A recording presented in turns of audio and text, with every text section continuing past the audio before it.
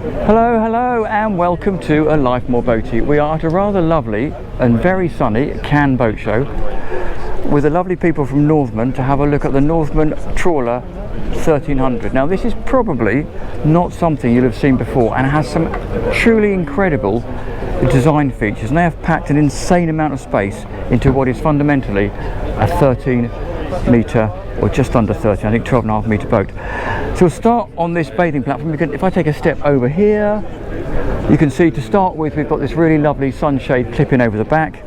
We have a multi-purpose aft deck bathing platform on the back here. You can see there's a seat post there and a bathing ladder recess in there, and you'll also notice for the eagle eye that there's a track in the system here. So if I jump over here, first things first is you can effectively fold this aft seat flat, make it into a bed. You can have it as it is at the moment set up for dining, or you can move the backrest to the forward position and have a seat facing out over the back. If I go right the way back over here, this space here as it sits is effectively 12 square metres of aft deck on a 12.5 metre boat, which is pretty impressive. But if you want a bit more bathing platform and a little bit less cockpit space, really easy. You can just unpop of these, slide it forward to there, and then what you've done is you've gained yourself a little bit of bathing platform, like so, at the expense of cockpit. But you've still got acres of space in here. Really nice. You've got an emergency tiller down there for the rudders. You've got a fold-out table here, which obviously if the seats a bit further back gives you dining, and that really blends beautifully across to the barbecue area you've got here. There's then access up both side decks. Obviously with the door here it takes up a little bit of space, and then you've got access up the other side deck over there. Pop-up section here to giving you this sort of extension to the galley, cockpit fridge down below, and engine access down here, which we'll have a look at on the way out. But it's very much an open boat. Galley over on the starboard side, giving you a really practical, entertaining and eating space, and again that sort of feeds out through that space into that cockpit over there. And again you can choose what you like. This one currently has ceramic hob, cooker, dishwasher in there, but you can swap that out for a washing machine if you'd rather. Lovely Corian worktops and the usual bits and pieces in here. Pull out drawer, big sink in there, ventilation on both sides from the windows, and then we have a full height fridge and freezer in here. Really clever. There's a plug-in vacuum cleaner system here, so you don't have a massive vacuum, it's all built in.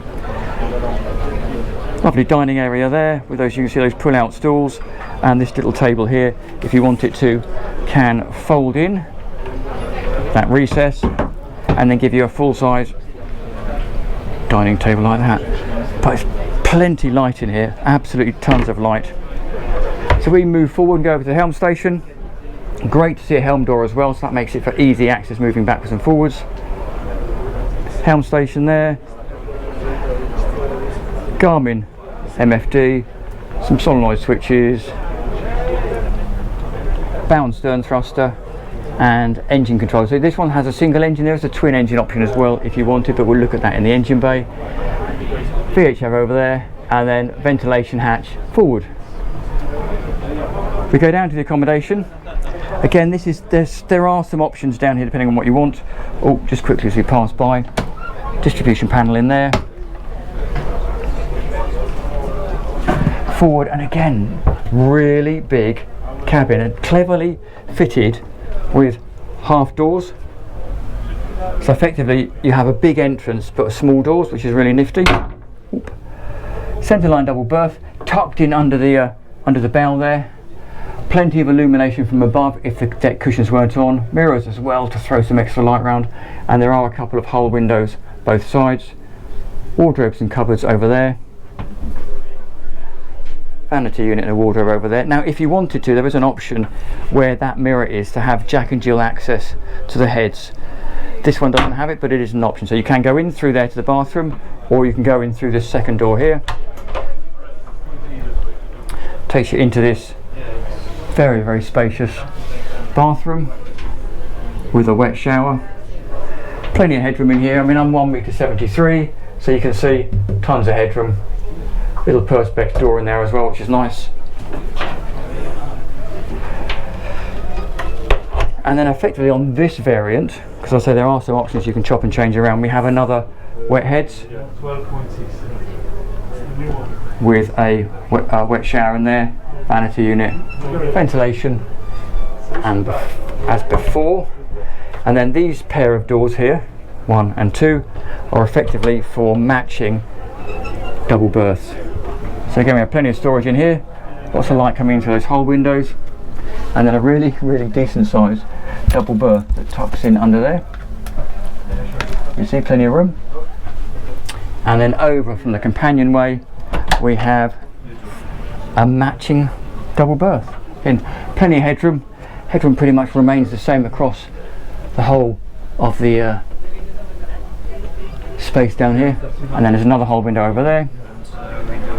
So if we come out of here, you will have noticed as we walked or looked around the aft cockpit that there was no cockpit ladder, and that's because they've moved it forwards. A couple of reasons. One, it gives you loads and loads of space in the aft cockpit because you're not sort of having a ladder eating into that space, but also because it allows the captain to see from the helm position who's moving up and down the flybridge.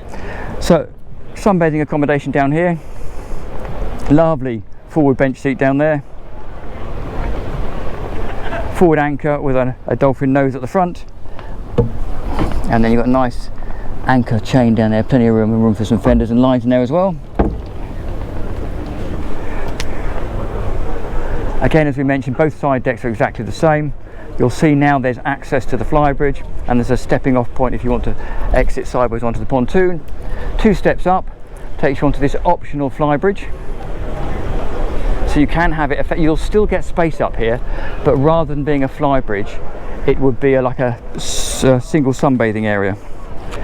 And the reason for that, or this relatively low looking flybridge, is because we're limiting the size of the boat, so it'll go under a bridge. So the maximum air draft, I believe, with the seat folded down, is I think 3.4, 3.5 metres. So as you can see here, there's aft seating here. You can drop the table in if you want to. You can infill this entire section here so it becomes a very large sunbathing area. There's a little bit of storage under the seat there. And then what a fantastic little helm station. Slightly pared down from the one below, but you've still got access to the bow thrusters, the stern thruster, throttle controller, Garmin, wheel, and fantastic view forward. There is also some space on the back. Again, this is optional at the back here, so if you want to, you can put some solar panels on the back there. So there you go, there's that flybridge. As I say, the optional flybridge. We'll have a quick peek in the engine bay, and then we will call it a day. So while I'm going to the engine bay, great opportunity to remind you guys, oh, going the wrong way, to remind everybody, do please like and subscribe. It makes a massive difference to us on the channel. It really helps with the Google Analytics and helps us get found. So while you're waiting for the engine bay tour, give us a click and a like and subscribe. So we're just going to open the engine hatch quickly.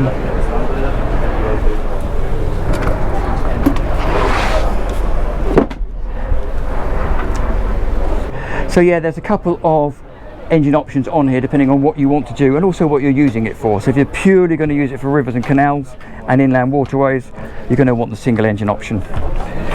All of the engine options are Yanmar's. So you can see single engine option in here, and they're all on shafts as well.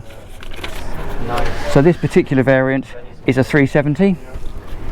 It's still going to give you 21 knots, believe it or not, but you can go up for a set of twin 250s, which is going to give you a speed of around about 24-25 knots. Very nicely fitted out down here. Plenty of room, as you can see. Electrics all over there, and then behind us here we have even more space, and you can see again emergency access for the rudders. Battery bank down here.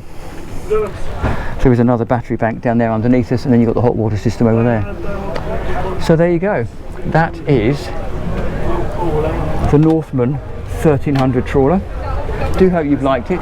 Thank you very much to the lovely people at Northman for letting us have a look around. And we will say thank you very much for watching, and see you next time around.